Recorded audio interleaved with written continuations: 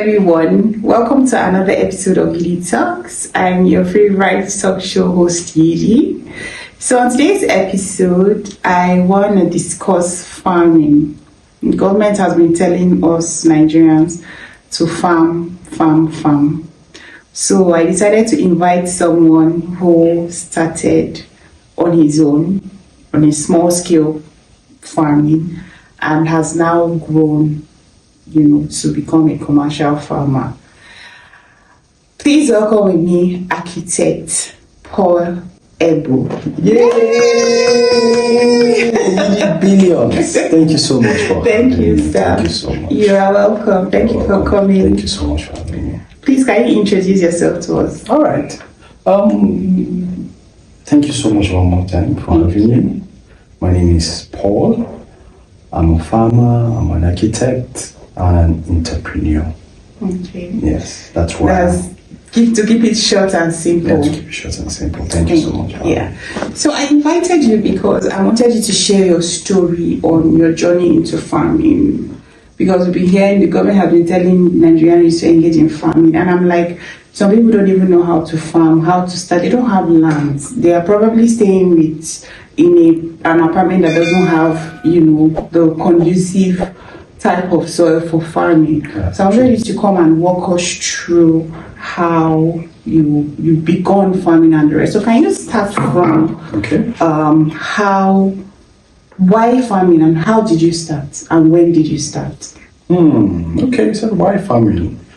Farming, agriculture as a whole is a gold mine, and it's something it's a resource that has not been tapped yet. So I'm trying to tap into it because I can see something more valuable than gold in it. And also I started 2015, when 2024 now, so that makes it 9 years. Wow. And I didn't start actually as a commercial farmer. I just started as a hobby. When someone introduced me to agricultural farming, and fortunately enough for me, he had a space where he could give me, and I tried, and I saw how beautiful it went. I can remember then, I think I planted, I started with maize. I planted about just 5 modules of maize. And at the end of the rainy season, I think I harvested almost 6 bags of maize. Without the reading, without even finding out how things were, I just started. I didn't ask questions. They just said, okay, do this. I just did it. And at the end of the day, it was wonderful. So I asked myself, if it's something that I did passionately, what would have been the output? And definitely more than that. So I picked agriculture because I know there's something beyond what me, myself, understand. And food is something that no matter who you are, you must eat. So that's why I picked agriculture. Was it easy? Honestly speaking, nothing good is easy. Nothing good comes easy, sorry. And there's always a story to tell. Behind every successful man, there are scars. And it wasn't actually easy. Until date, I can't tell you, 9 years down the line, I can't tell you it's still easy because there are a lot of factors that you can't control. Yeah. And those ones you can control, yes, it's easy for me, but those you can't control is something that every day when I wake up, I ask God for mercy to make those factors like rainfall, like sunlight, and some other things be in my favor. So, not making it this far, I know that there's definitely something very good coming. Yeah, thank you. So, picturing myself as the average Nigerian youth that wants to start farming, to try and make a living out of it, not just to eat, but also commercialize it. But of course, we have to start from somewhere. Yeah. What are the things I should consider first? Okay, first of all, I'll actually advise, if you're a first-time farmer, I'll actually advise you not to start as a commercial farmer because you might lose, because you have to understand what you're going into, and you have to actually be specific. What exactly do you want to farm? That is the question. Okay, what exactly are the factors that affect the crop you want to farm? Okay, what do you need? Fertilizer, some crops need fertilizer and some don't. Some need herbicides, some need pesticides, some need rodicides. There are a lot of factors, so you understand. So you have to actually understand what you want to go into. When you understand that, you're not trying on a small scale. for a first-time farmer. That's what me I would advise out of experience. But if you feel you have another primary source of income, which most Nigerian youths don't really have, I'll also advise you to, you can start at a medium scale, not a large scale. You can start, there's a small scale, a medium scale, and a large scale. You can have the medium scale and see what will be your output at the end of the rainy season. So, Yeah. You want to talk something? Yeah, I just want to say, when you say medium scale, Yes. Or small, large scale, what do you mean? Okay, when I mean, sorry for continuing. Sorry. When I mean small scale, I mean something like that you do less than a hectare, or not more than a hectare of land. That's a small scale. You understand? Because even a hectare of land, the resources you need to get a maximum output, because it's not just about farming, it's about maximizing the output. Yes. It takes a lot. So small scale is a hectare and below. Okay. Then medium scale you can do like 2, 3, 4 hectares. Then large scale is as much as you can. Okay, but wait first, let's take it one step at a time. Okay. So for the small scale now, for 1 hectare, for example, I want to plant rice. Yes. How many bags of rice do I need to get? Okay. If you want to plant rice, there are definitely 3 different methods I know about. It can be more than that to plant the rice. And depending on the method you use to plant, that's what determines the quantity of rice you need. Okay, there's what we call the broadcasting method. There's what we call the normal planting, where you till the soil and you plant. Then there's another one that you use planters. So if you are going, on average, if you are going to use the broadcasting method, that's by just sprinkling some amount of rice on the floor, and a tractor tills it and covers it up for you. I think it consumes less rice than planting it. And if you are going to use a planter, a planter consumes lesser rice than using a broadcasting method. So on average, if you are going to cultivate a hectare of land using the broadcasting method, I think you need almost a bag of rice. A bag of rice. Yes. Yes, and can you single-handedly manage that farm? Yes, why not? You can't You don't need single-handedly. workers and... Yes, you can, but you have to be very, very, very hardworking, because planting a bag of rice, even when you have 2 people planting a bag of rice, except you are going to broadcast. Broadcasting makes it easier. But if you are going to plant it with your hand, my dear, planting a bag of rice will take you days alone. Okay. Yes, so I'll advise you to use the broadcasting method for. That's using a tractor? No, the broadcasting method is just using your hands to just sprinkle the rice on the ground. Then some people in those days, you just get leaves, a branch that has leaves, then you just go across to just cover it up. It doesn't need a deep covering. With sand? Yes, with sand. Just make sure that sand cover. Even birds will pick up it, some other animals, sunlight will deteriorate the rice. So if you don't have the capacity, you can just use leaves to just cover it. But if you have the capacity, you can call a tractor to use a harrow. That's what we call a harrow, to just use and just go around your farm to cover it up for you. Yes. I don't even want to go into the issue of cost of hiring a tractor and all that. But let me ask you now. Yeah. So there are so many things going through my mind. Okay. So if we plant, yes. what's the best time to plant rice? Okay. That's a very... Or any whatever. If you want to go into planting, Yes. what time is the best time to start planting? That's why I first started by saying you need to read and understand. Obviously. The best time to start planting depends on the rainy season for that year. Each year is unique, has a unique. It does. So you have to go to the Nigerian Meteorological Center and find out, okay. You have to go there? Yes, no.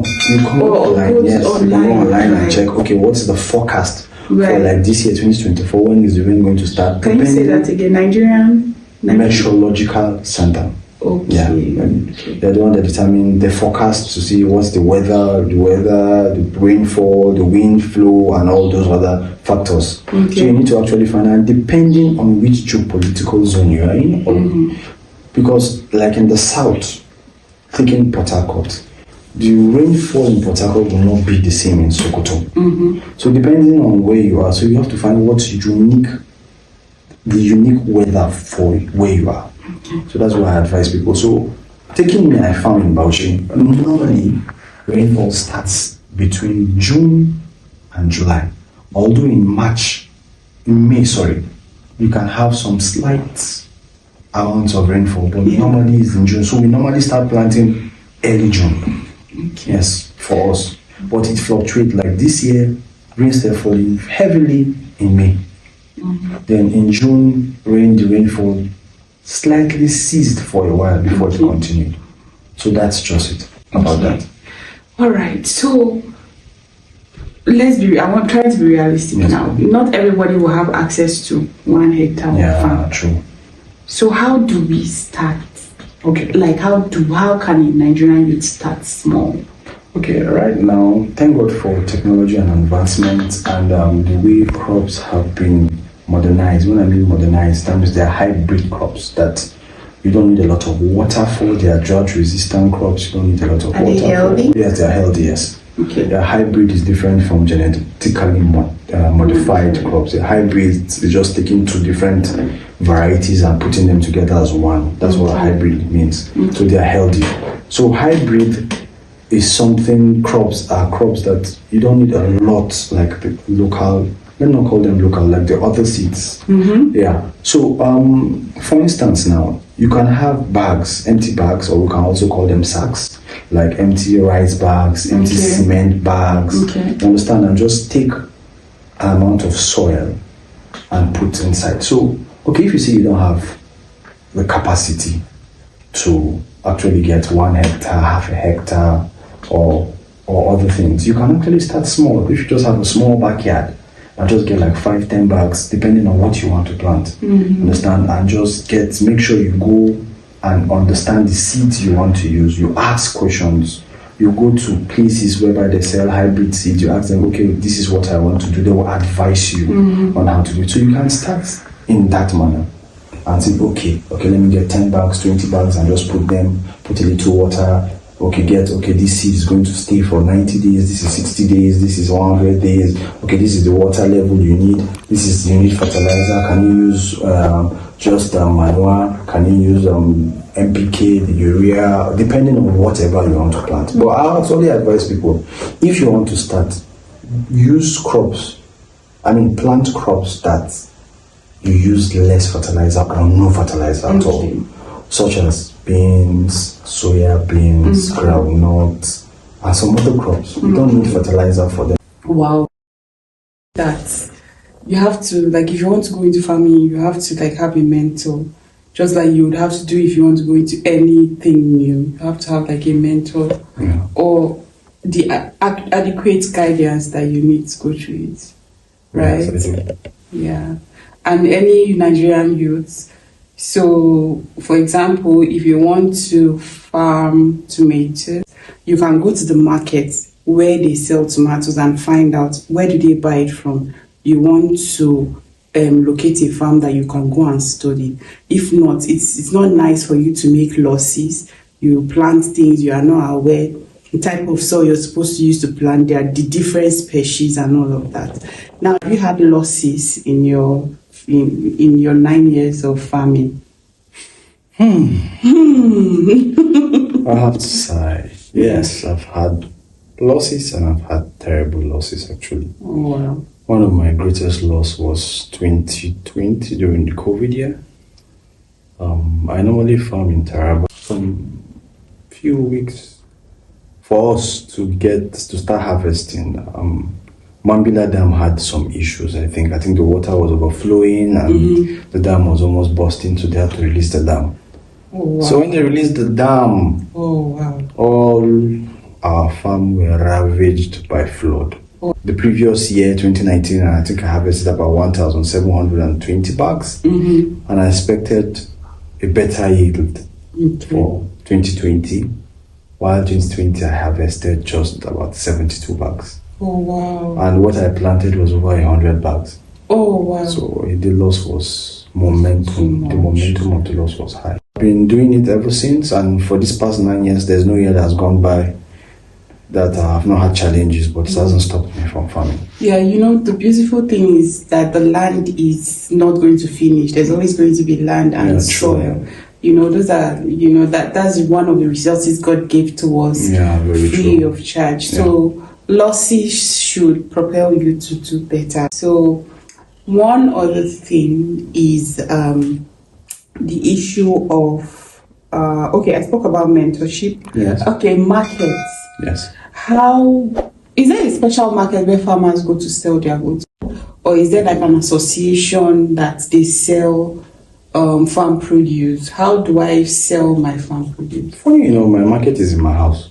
Okay. There's no special market so far that I'm aware of that you have to either maybe be registered with the market or an association before you can sell your farm produce. My market is in my house, is in my store. I have customers that are readily available. Even if I have 20 million bags, I can place a call to people and just say, okay, I have this, they'll come and buy. The only problem is that sometimes the market is saturated. So the time you want to sell your product at a specific amount, you might not get that amount because the market is already saturated with that product, depending on what it is. Food is something whereby anybody that's coming to come and pick up your product is ready with his money to pay. Right. So food is something I encourage. It's one business that people don't say, okay, no, I will take it today and come back tomorrow and pay, There are rare cases. Although, yes, there might be some cases if it's in the volume is high, maybe it's like 2-3 trucks, they might say, okay, you make supply, then 2 or 3 weeks, they'll give you an invoice, then your payment will be made. But apart from that, no, there's no special market for agricultural produce. Thank you. Thank you so much, sir. I really enjoyed my time thank you so much. here, and I'm sure viewers also enjoyed watching this. And there is also a lot more to learn. Types of seeds, types of fertilizers, and how to spray, what quantity, and there's so much. So if you don't mind, we would like to come again, maybe meet you on the farm and try to get more practical hands-on knowledge. Yeah, highly welcome. Anytime, any day, just let me know. Thank There's you. just one more word I just want to say before I go. It's as I started in the beginning, agriculture, it's a gold mine that has not been tapped, and as advised by our government and other people for people to go into agriculture. I also advise youths, not only youths. Agriculture is not just for youths. Even as a civil servant, as a public servant, as an entrepreneur, agriculture is something that I would advise every person to farm whatever they eat, apart from other perishable things. But whether it's their rice, it's their beans, it's their millet, it's something that you can do. So I actually advise everyone, do something. Do something. Not just do it well. So that's my advice to everyone. And I bet you won't regret it. Thank you so much for having me. It's a pleasure. And you're highly welcome anytime, any day to my farm. I will definitely give you a tour on the various varieties and the various crops I have on my farm. Thank you so much. Thank you. Thank you. Wow. Thank you so much for staying with us at the end of this video. I just want to add that whatever you're doing, make sure you put 100% into it. If you don't put 100%, even if you put 95%, you might not get maximum yield. That's all for now from Yidi Talks. Don't forget to subscribe, like, share, and leave a comment for me.